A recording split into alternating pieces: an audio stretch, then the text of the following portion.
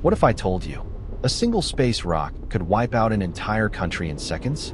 Not a dinosaur killer, not even a nuclear bomb. Something far more powerful, an antimatter meteor.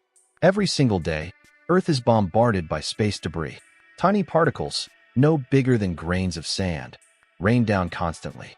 In fact, more than 100 tons of this material hits our planet daily, and we don't even notice. About once a year, something the size of a car enters our atmosphere. It lights up the sky in a brilliant fireball, and then vanishes before ever touching the ground. Most of the time, we're completely safe. But every few million years, something much bigger arrives. Asteroids 1 to 2 kilometers wide, large enough to trigger global destruction.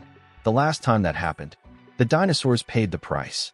So yes, space can be dangerous. But here's the twist. Size isn't always what matters most. Because some of the most devastating impacts might come from objects that don't even look unusual. From the outside, they would appear like any ordinary meteor. Silent, dark, harmless. But the moment they touch Earth, they wouldn't just explode. They would erase matter itself. These are antimatter meteors. To understand why they're so terrifying, we need to talk about antimatter. Antimatter is almost identical to normal matter. Same mass, same structure, but with one critical difference. Its charge is reversed. And when antimatter meets regular matter, they don't collide. They don't break apart. They completely annihilate each other, turning their entire mass into pure energy. According to Einstein's famous equation, E equals mc squared, even a tiny amount of mass can release an unimaginable amount of energy. Now here's where things get weird. At the beginning of the universe, during the Big Bang, scientists believe that matter and antimatter were created in almost equal amounts, which raises a huge question. Why does anything exist at all? Because if matter and antimatter were equal, they should have destroyed each other instantly, leaving behind nothing. No stars, no planets, no life, no us. But somehow, matter won. Not by much.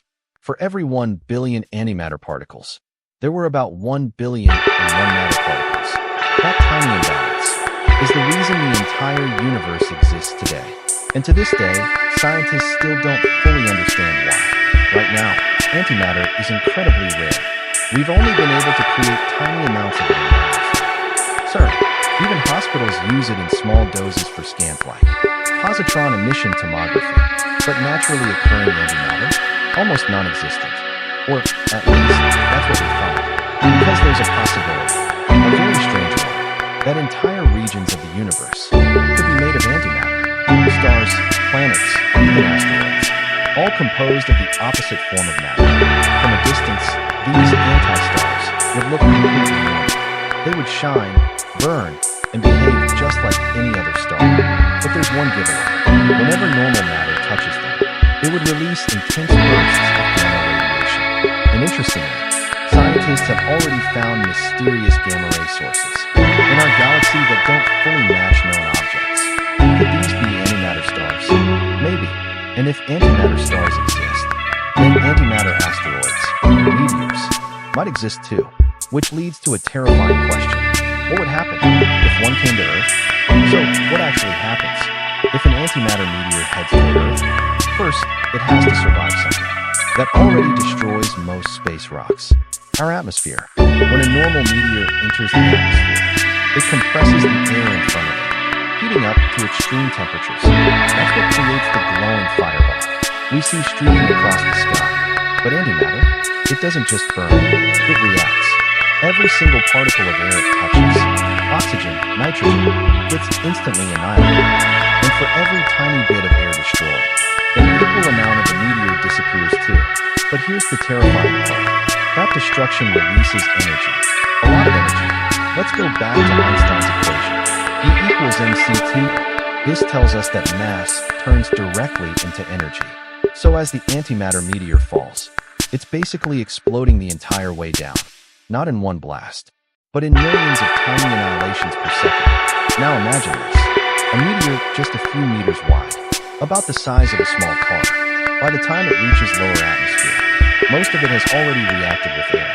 But even a small remaining piece, say a few hundred kilograms, would be enough to release more energy than the most powerful nuclear bomb ever detonated, the Tsar Bomba. And not just slightly more, thousands of times more.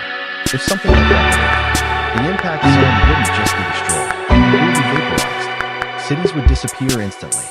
Shockwaves would flatten everything for hundreds of kilometers. Heat would ignite fires far beyond the blast zone. A single strike could wipe out an entire region, or even a country, and that's just from what reaches the ground. Remember, most of the antimatter would already have reacted, with the atmosphere above, meaning the sky itself, would become part of the explosion. The result? A massive airburst, far more powerful than anything humanity has ever created. Now imagine scaling that up. Not a car-sized object, but something kilometers wide, like the asteroid that caused the extinction of dinosaurs. If that were made of antimatter, we're not talking about extinction. We're talking about planet-level destruction. Earth might not survive at all. So, should we be worried? Could one be heading toward us right now? Thankfully, probably not.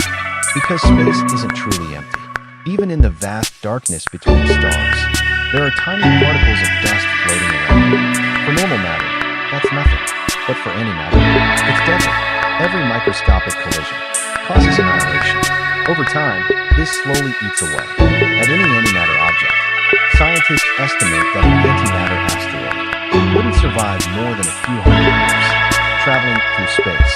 Now consider this. The last time our solar system passed close to another star, Shoals' star, was about 70,000 years ago. That's way too long. Any antimatter object captured back then would have already been destroyed. There's another clue too. If an antimatter meteor were traveling through our solar system, it wouldn't be invisible.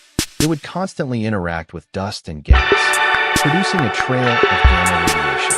That means our telescopes should be able to detect it. So far, we haven't found anything like that. But what about the past? Could one have hit Earth before? There is one mysterious event. In 1908, a massive explosion flattened over 2,000 square kilometers of forest. In Siberia, no crater, no clear impact site, just devastation. This is known as the Tunguska event. Some early theories suggested antimatter, but today, scientists believe it was most likely a normal asteroid or comet that exploded in the atmosphere. Still, it shows how powerful even regular space rockets can be. So where does that leave us? Antimatter meteors are possible, at least in theory. They would be unimaginably destructive, but in reality, they're incredibly unlikely to reach Earth. Which means, for now, we're safe. From antimatter, at least. But space is full of surprises, and the next discovery might change everything.